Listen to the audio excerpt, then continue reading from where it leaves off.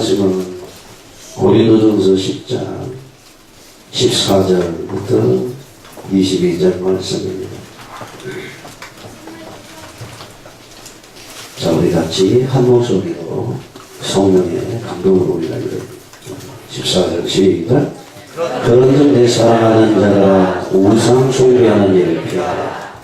나는 지혜 있는 자들에게 말한 것 같이 하노니 너희는 내가 이르는 말을 스스로 판단하라. 우리가 축복하는 바 축복의 자는 그리스도의 피에 참여함이 아니냐. 우리가 되는 떡은 그리스도의 몸에 참여함이 아니냐. 떡이 하나님과는 우리가 한 몸이니 이는 우리가 다 한 떡에 참여하느냐. 육신을 따르는 이스라엘 보라. 제물을 먹는 자들이 제단에 참여하는 자들이 아니냐. 그런즉 내가 무엇을 말하느냐. 우상의 제물은 무엇이며 우상은 무엇이냐. 오늘 이방인이 제사하는 것은 귀신에게 하는 것이요 하나님께 제사하는 것이 아니니 나는 너희가 귀신과 교제하는 자가 되기를 원하지 아니하노라.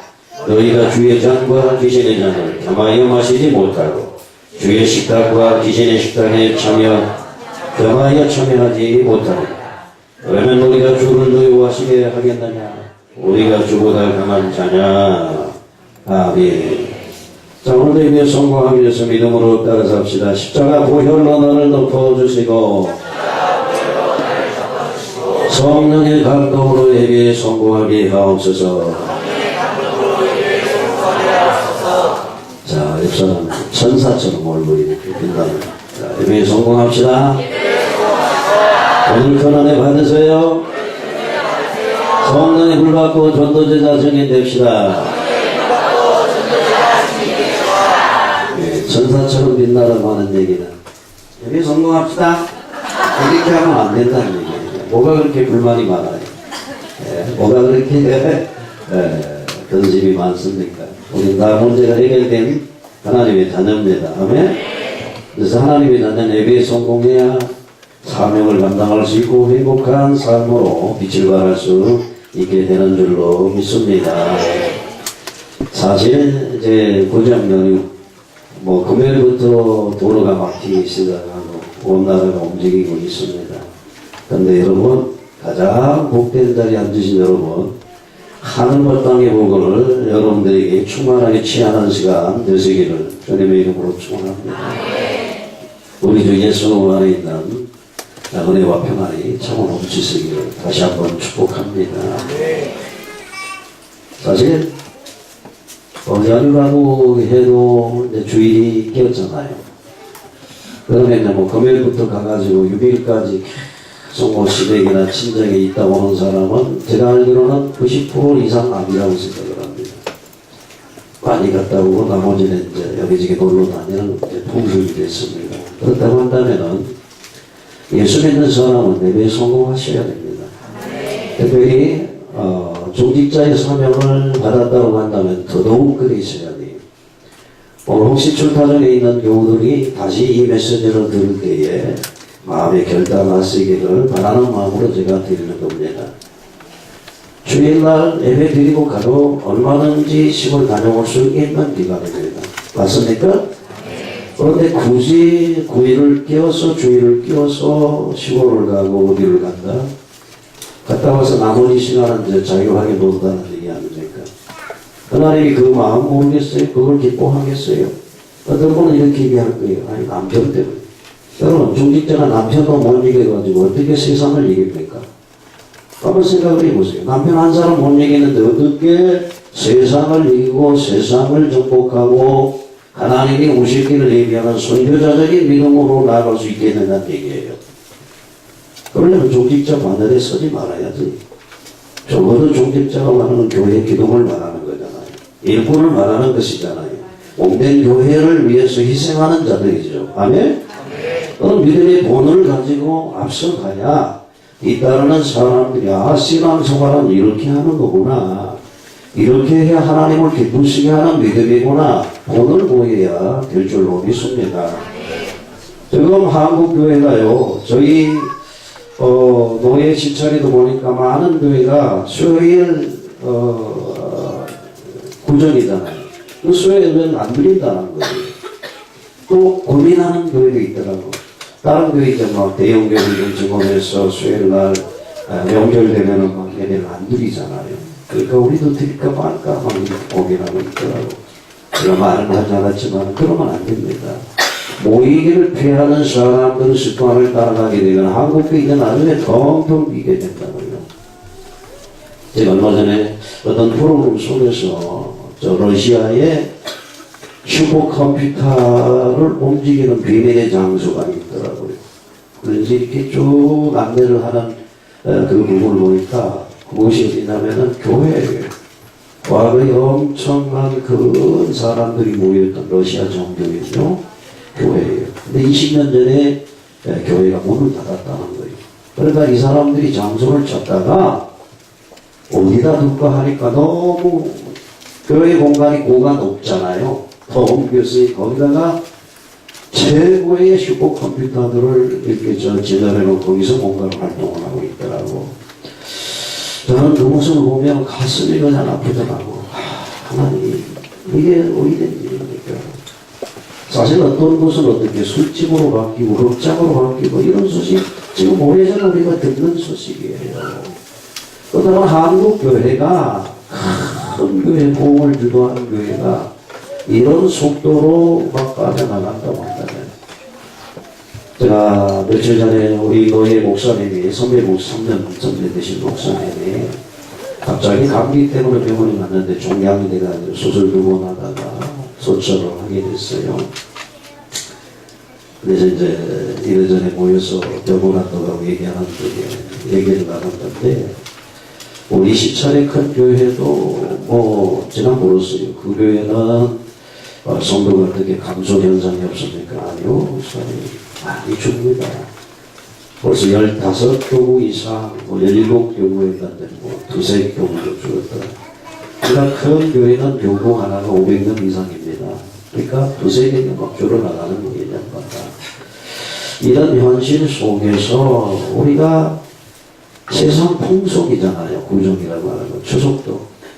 그런데 우리가 예수를 믿지 않을 때는 세상 풍속을 따르는 자였어요. 왜? 공중권세를 장악한 어둠의 영들이 세상 풍조 배후에서 우리를 끌고 가는 걸 몰랐기 때문에. 그런데 이제 곧 예수 믿고 구원받은 하나님의 자녀가 됐다고 한다면 세상 풍조를 우리가 어떻게 바꾸는 믿음의 사람들이 되어져야 주님이 기뻐하는 축복자가 여러분들을 쓰시게 될 겁니다. 오늘 이 자리에 앉아있는 여러분들 중에서도 벌써 고향으로 가 있는 분도 없잖아 있겠죠. 저는 그 마음 충분히 이해합니다. 저도 가긴 갈 거예요. 저한테 연로하신 부모님 이제 92세, 3세 돼가는데 저희 아무래도 그래서 할 수 없이 가는 거지. 얼마나 앞으로 뵙겠나 싶어서. 그러나 주의를 어기면서 갈 필요는 없는 거예요. 주 예배를 막 어기면서까지 막 그렇게 할 필요는 없는 거예요. 요즘엔 어떻게 해요? 교통이 발달돼가지고 내가 가고 싶기만 하다고 하면 언제든지 배로 갈 수 있는 그런 때가 됐다라는 사실을 우리가 알아야 됩니다. 제가 이렇게 말씀드리고자 하는 것은 위기의식을 가져야 된다는 말입니다. 깨어 있어야 된다는 얘기입니다. 교회가 잠들게 되면 세상을 살릴 수가 없고 사단이 밥이 되어지게 되고 결국은 어떻게 해요?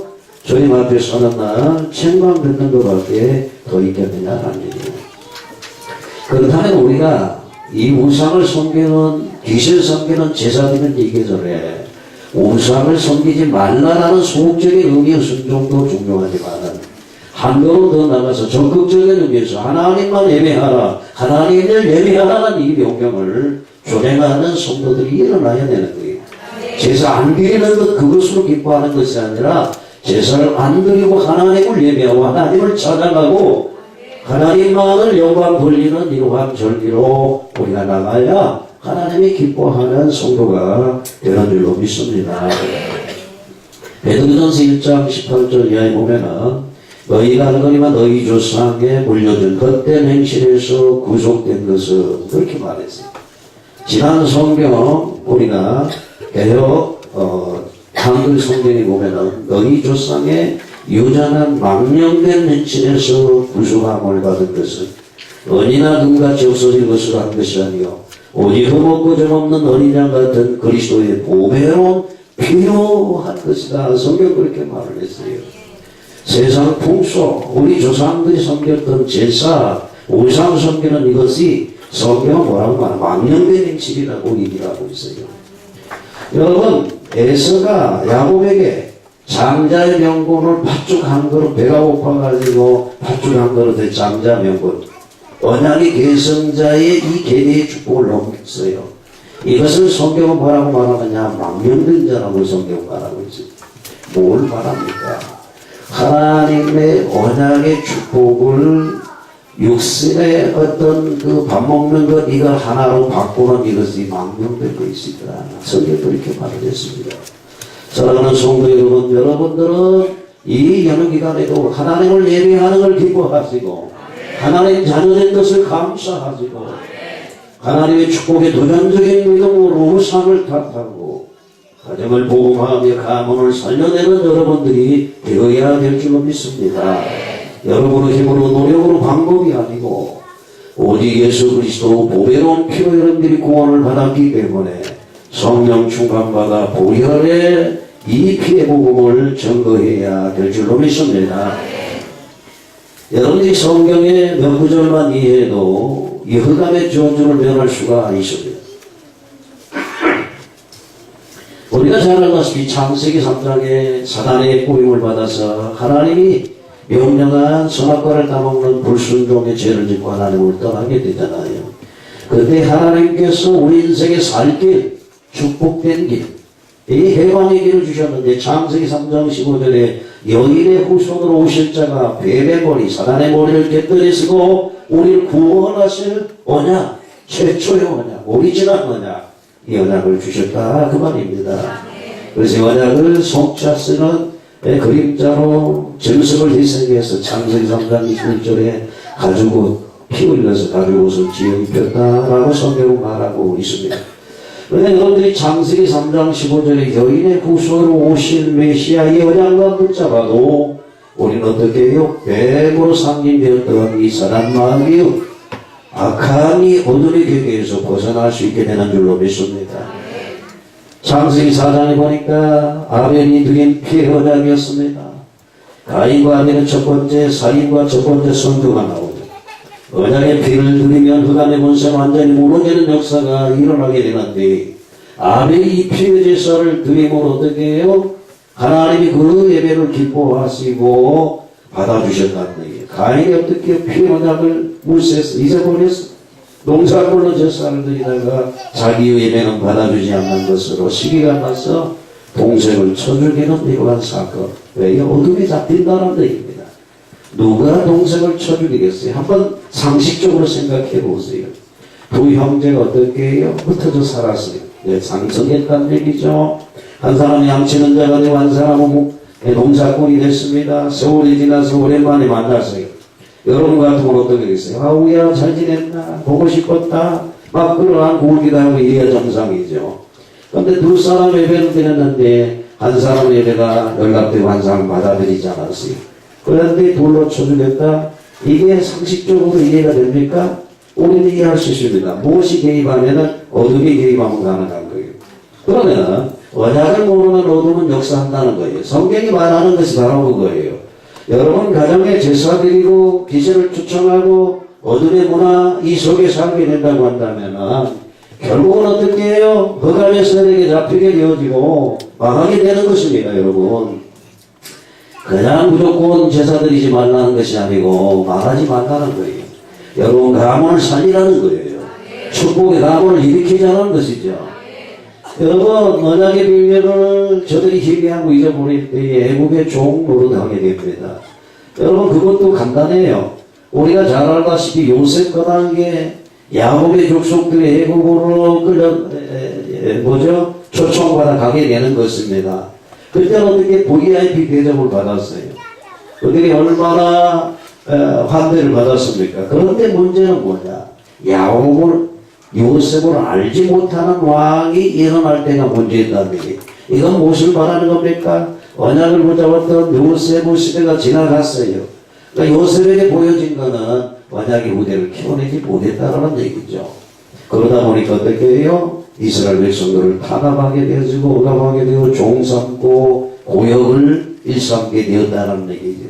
여기서 완전 해방된 날이 무엇입니까? 6월절입니다. 다른 거 가지고 안 돼요. 아무리 기적을 하늘에 불을 내리고 뭐 이적을 행해도 안 됩니다. 그 감이 꺾일 수가 없어요. 이건 세상적인 방법으로 어둠을 몰아낼 수 없다는 얘기, 꺾어낼 수가 없어요. 오직 어떻게 어린 양의 피를 문설주 좌우에 임방에 바를 때에 저들이 어떻게 해요? 해방된 줄로 믿습니다. 애국 전역의 저주가 임할 때에 앞으로 오실 메시아 피의 언약을 붙잡은 자들이 저주를 이기고 승리했다라고 성경 말하고 있는 것입니다. 저의 그 반도들을 어떻게 해요? 가나안으로 가라고 성경은 계속 얘기하고 있습니다. 가나안으로 가야 하는 이유가 무엇입니까? 목자는 가나안 땅으로 가라는 것이 고향으로 돌아가는 뜻으로 오해하는 자도 있는데 그런 뜻이 아니죠. 이들의 고향은 가나안이 아니라 갈대아 우르였습니다. 그런데 왜 가나안으로 가라느냐? 뭐 가나안 땅에 뭐 보물이 묻혀 있습니까? 가나안 땅에 하나님의 약속, 언약이 있었기 때문에 거기 가라고 하는 것이에요. 그 땅에 메시아 그리스도가 오실 땅이기 때문에 그렇습니다. 우리가 창세기를 쭉 읽어 나가다 보면은 요셉이 어떻게 해요? 애굽에서 국무총리까지 했잖아요. 사실 그는 어떻게 왕보다도 높은 권선 행사했던 사람입니다. 그런데 그렇게 부귀 영화를 누렸던 요셉이 죽을 때 자꾸만 가나안 땅으로 자기 유월만이라도 갖다가 묻어달라고 유월을 남깁니다. 야곱도 죽을 때 유월이 가나안 땅으로 나가라는 것이었습니다. 이런 메시아를 기다리기만 했던 사람들도 승리했다라는 사실을 성경은 우리들에게 보여주고 있습니다. 그런데 그 메시아, 그토록 소망했던 메시아가 2000년 전에 저 가나안 땅 이스라엘에 탄생하셨고 그분이 어떻게 우리의 억만 죄악을 담당하고 십자가에 피 흘려 죽으시고 부활하시고 성천하셔서 성령으로 여러분 안에 우리 안에 계시는 줄로 믿습니다. 요한일서 3장 8절에 예수님이 이 땅에 오신 이유가 뭐냐? 마귀일을 매달아 오셨다.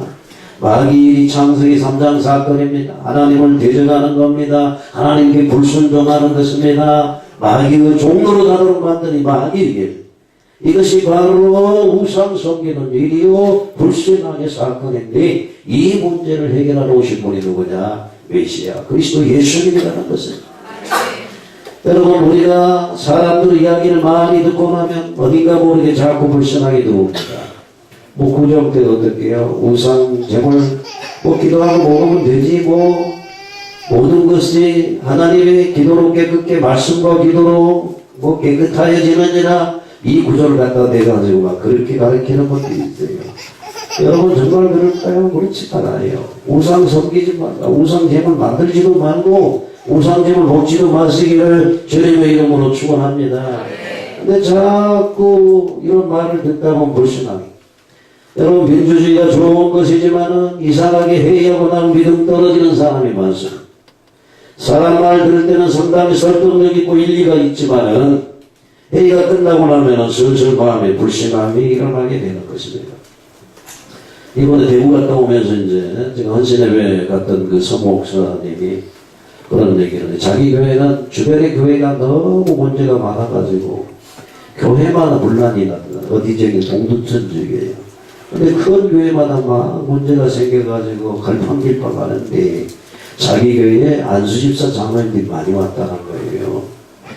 그러면서 이제 이분들이 하는 얘기를 자꾸 얘기를 하는 거예요. 목사님 이런 부분은 좀 그중에 이제 뭐 하나가 우리 안수집사 회의를 좀 만듭시다.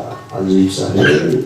내가 저 큰 교회에 있다 보니까 장로들이 방해라는 것을 가지고 막 이리저리 휘두르고 나니까 교회가 문제가 많을 때라 견제하기 위해서 우리 안수집사 회의를 조직하면 좋겠습니다. 이랬다는 거예요. 제가 야 목사 그 얘기 들으면 너 큰일 난다. 좋은 동기에서 그들이 회의를 만들어가지고 교회하는 게 아니에요. 자기들끼리 어떻게 세력을 확보해가지고 뭔가 하겠다는 얘기 아니에요. 그러니까 사람들이 복음에 미쳐야 돼요. 이렇게 하면 좋아요. 우리가 안수집사회가 하나님 중직자를 세웠는데 우리가 평일날 나가서 전도하도록 전도대로 조직하면 좋겠어요. 이런 얘기를 해야 되는 거예요. 우리 안주집사회가 이제 일주일에 한 번씩 무슨 조직을 나와서 기도하기로 했습니다. 이런 조직을 그렇다고 한다면 얼마나 좋겠어요. 근데 쓸데없이 누가 걱정하라고 해서 무슨 당회를 걱정하고 그건 하나님이 하실 일이고. 아멘? 그러니까 여러분 이 적당한 복음의 말을 통해 가지고 마음과 생각이 자꾸 불신앙으로 물들어버리는 시대가 지금 이 시대입니다. 그러므로 여러분들은 복음의 말씀을 계속 들으셔야 돼요. 사단은 지금도 살아있고 활동하는 줄로 믿습니다. 근데 사단과 귀신은 영적인 존재, 타락한 전사예요. 그러니까 눈에 보이지가 않습니다. 눈에 보이면 그건 좀 이상한데 눈에 보이지 않습니다. 근데 사단이 인간을 넘어뜨린 전략은 뭘까요? 그게 바로 눈에 보이는 신으로 나타나는 것인데 그게 바로 우상이라고 하는 것입니다. 그래서 성경 우상 숭배를 하지 말라는 얘기예요. 왜? 우상 배우에 누가 눈에 보이지 않는 사람이 역사하기 때문에 너희들은 우상 만들지 말고 우상 섬기지 말라 라고 얘기를 하고 있습니다. 여러분 세계 여행을 한번 해보세요. 동남아를 비롯해서 구라파 미국 어디든 가보세요. 나라마다 어떻게 국가를 장악하고 있는 게 있는데 이게 바로 우상이 국가를 장악해서 올라갑니다. 예? 선진 국가도 가면 우상이 많아요. 나름대로 우상이 많다는 얘기. 여러분 에베소 6장 12절 보니까 이 어둠의 세력이 세상의 주관자들이 나라의 통치자 권세자들 배후에서 역사하고 있어서 국가를 장악하고 있다라고 말합니다. 또 이 사람은 지역을 장악하고 있습니다. 한 마을을 장악하고 완전히 우상 동네로 바꾸는 것이에요. 그래서 아이가 그 동네에 태어나면은 자기도 모르게 우상 섬기는 자로 성장하게 된다는 얘기예요. 에베소서 2장 2절에 세상 풍조의 공중권세 잡은 악한 영들이 역사합니다. 우리가 이 감옥에 들어오기 전만 해도 어떻습니까? 이 지역에 처음에 들어오니까 500년 전 뒤에 나무에다가 제사를 매년 드리고 3년마다 고사 드리고 초파일만 되면은 이 거리가 미어 터진 거리 아니었습니까? 그러나 지금은 초파일에도 그렇게 미어 터지지는 않아요. 영적인 지도가 바뀌고 있는 줄로 믿습니다. 여러분들은 기독교를 가는 게 어둠의 세력이 꺾이고 있다는 사실을 깨달아야 됩니다. 그리고 이 선한 마귀는 가정과 가문을 붙잡고 있습니다. 가정이 완전히 우상 기반입니다. 그것이 무엇이냐? 제사 문화의 고사라는 것입니다. 뿐만 아니라 무당, 전쟁, 점쟁이들이 지역마다 깃발을 날리고 있습니다. 그분이 우리가 어떻게 해요? 저들의 무당의 깃발을 꺾고 그리스도의 깃발을 세워야 될 줄로 믿습니다. 그러니까 선거철만 되면 앞으로 누가 대통령이 되겠다, 또 사업가들 향해서 네가 뭘 해야 성공하겠다, 이따위 식으로 정치는 자들이 사람을 미혹하고 있다는 얘기입니다.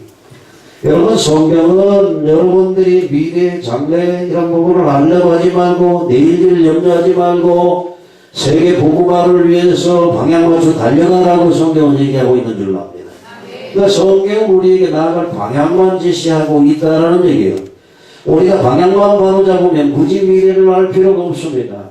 하나님이 원하는 어떤 방향, 그 방향을 향해 나가야 될 것입니다. 내가 며칠 날 죽을 것인가 알 필요가 없어요.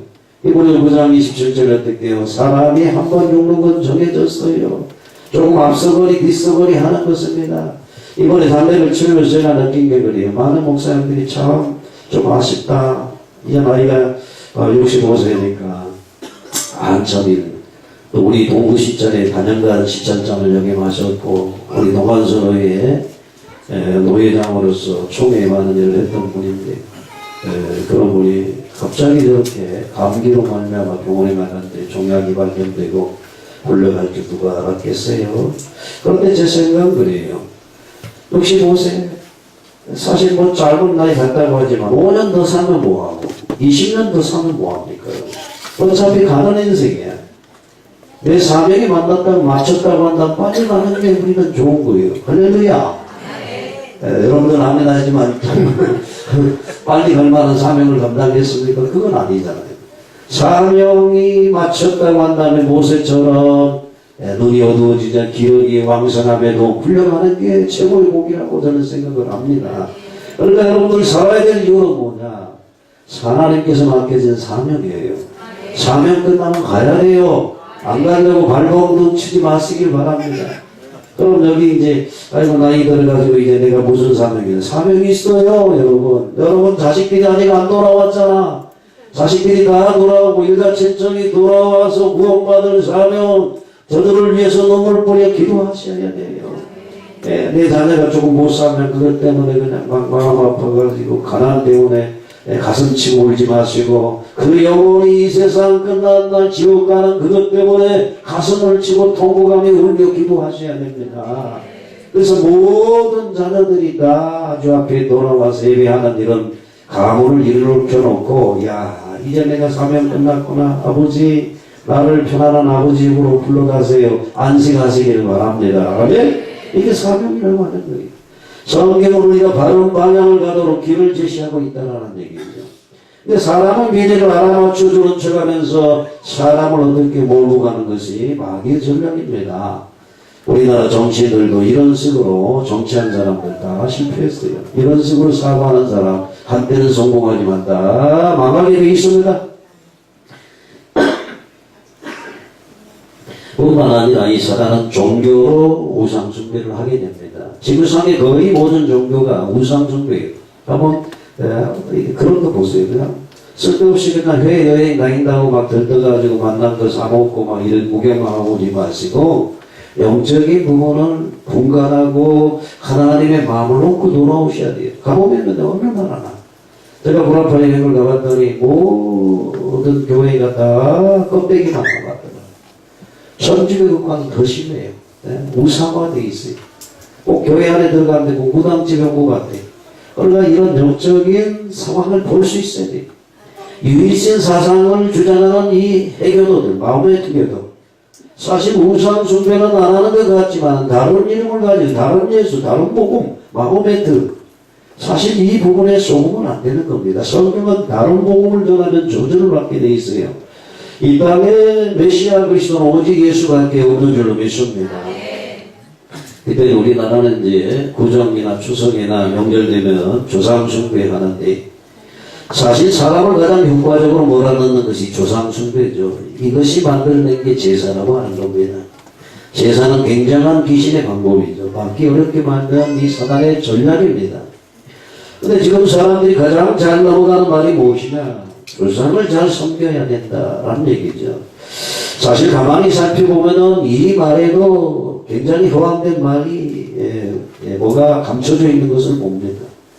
거의 조상을 잘 섬겨야 된다고 막 강변하는 자들마다 살아생전에 조상을 제대로 섬기지 않는 자들도 많이 있다는 얘기죠. 조상 잘 섬겨야 된다.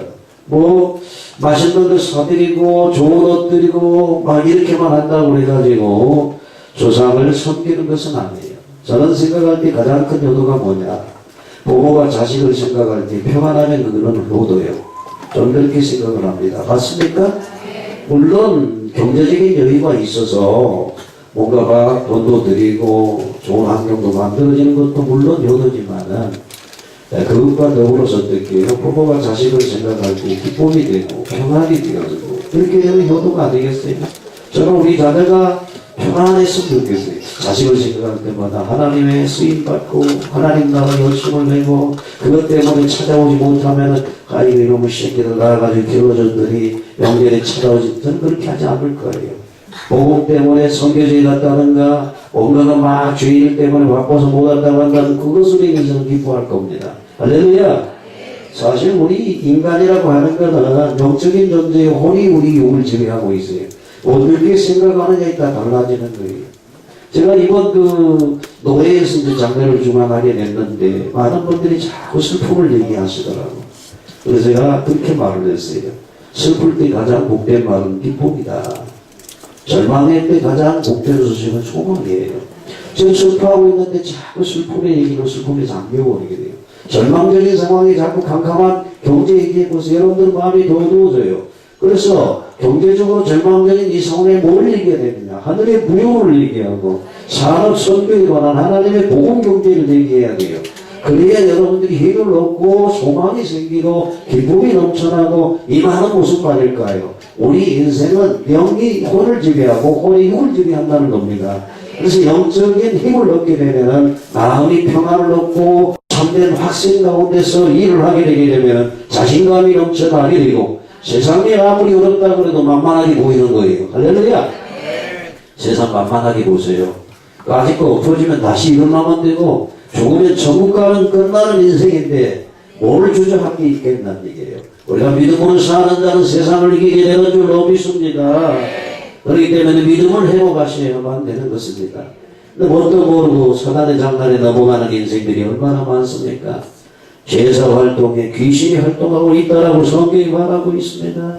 귀신이 무엇이냐? 마귀의 졸개들을 말하는 것이 마태복음 12장 25절에 보니까 집안을 혼란시킵니다. 분열시킨다는 말이에요. 가정의 자녀들까지 혼란을 주는 것이죠. 그래서 여러분 제사 지내게 되면 혼란을 주는 것입니다. 오늘 사랑하는 자녀들아 우상 숭배하는 일을 피하라. 어떤 사람은 제사가 무슨 우상 숭배라고 하는데 오늘 이 분명히 성경은 우상 숭배 피하라 그러면서 뭘 얘기하고 있습니까? 제사 얘기하고 있잖아요. 제사가 뭐예요? 우상 숭배요. 하지 말라는 거예요. 오늘 이 성경에 우리가 축복하는 축복이라는 그리스도의 피에 참여하는 게 축복이라고 말하는 거예요. 몸에 참여하는 게 축복이다. 우리가 그리스도의 피와 몸에 참여하는 것이 이게 바로 시청각이 내민 겁니다. 성찬을 원하는 거예요. 복음의 말씀도 바로 축복에 참여하는 것입니다. 오늘 이 시간 여러분들에게 말씀드릴게요. 그래도 나는 조상숭배 효도하기 위해 제사 드리랍니다 하는 분은요, 이런 분은 드리세요. 주님의 노여움을 사고자 하는 분은 드리세요. 그리고 주님보다 더 강하면 여러분 드리시기 바랍니다. 오늘 22절에 우리가 주를 노여워하시게 하겠느냐?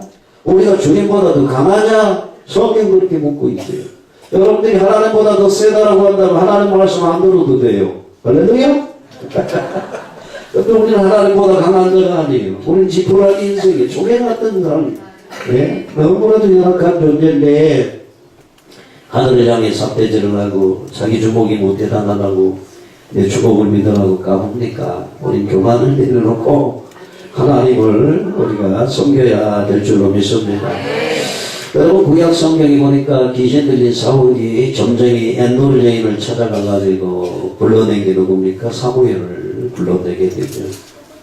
그러나 그게 사무엘입니까? 사무엘 가장에서 올라왔죠. 사무엘과 똑같은 목소리를 냅니다. 사무엘과 같은 모습으로 나타났어요. 이게 쏘는 거예요. 사무엘을 임장한 귀신이 역사하는 거죠. 이게 사울을 완전히 망하게 만들었어요. 사울이 망해버렸잖아요, 여러분. 한번 생각해 보세요. 여러분 인생이 망하고 싶습니까? 여러분 가문이 망하고 싶습니까? 그렇다고 한다면 귀신 많이 섬기세요. 귀신을 계속 1년 12달 막 반복해 드리고 그것도 못하는 20몇 번 드리는 가정에 가문에 한번 가게를 조사해 보세요. 여러분 가게 한번 조사해 보세요. 네, 엉덩거리던 그 가게 가문이 점점 올라가게 되고 자연 속에 문제가 나타나게 됩니다. 정신적인 질환의 문제, 여러 가지 불치병의 질환의 문제, 많은 우환질고가 나타나게 돼 있다는 얘기예요. 제가 늘 이럴 때마다 하는 얘기가 저희 최씨 가문의 큰 집의 가문의 얘기를 했어요. 우리는 뭐 아버지가 둘째 아들이니까 큰 집에서 제사 드리면 따라가고, 저는 어렸을 때에 아버지 따라가지고 막 그 조상들 묘, 요즘은 그런 사람들 별로 없잖아요. 옛날엔 그랬어요. 가문마다 이렇게, 묘지에 가가지고 제사상 차리고 어쩌라고. 그때는 저도 뭐 떡으로 먹는 바람에 좋아가지고 막 쫄랑거리고 따라준 기억이 있는데, 저희 큰 집이 이제 그걸 짊어지고 있다 보니까 큰아버님 50대 객사하시고, 큰형님 자살하시고, 둘째 형님 또 자살하시고, 셋째 형님 중학교 다니다가 아이고 이놈의 집 구석에 있다가 나도 죽겠다고 나가버리고 완전히 풍지박산이 된 걸 보고, 그때만 해도 제가 보험이 되면 못 나왔죠.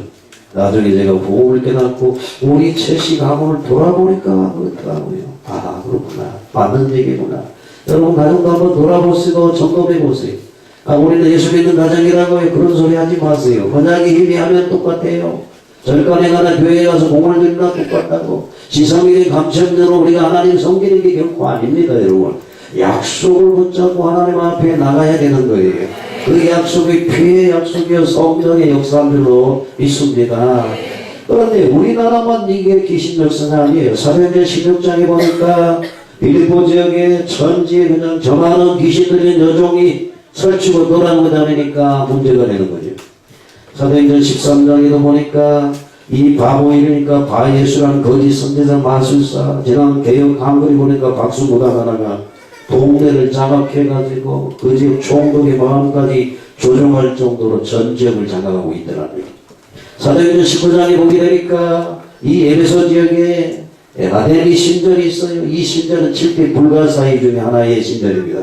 여러분 한번 인터넷 찾아보세요. 얼마나 거창한 곳에 수많은 우상의 제목을 바치고 이곳에 이 신전에 섬기는 창자들이 자리하고 있었는지 물만한 나라인지 그 에베소 지역에 바울이 가가지고 복음을 터뜨려보고 어떻게 해요? 전 지역 우상을 타파하는 부흥이 일어나게 된 줄로 믿습니다. 사실 그 역할을 누가 해야 되느냐? 여러분들이 하셔야 돼요.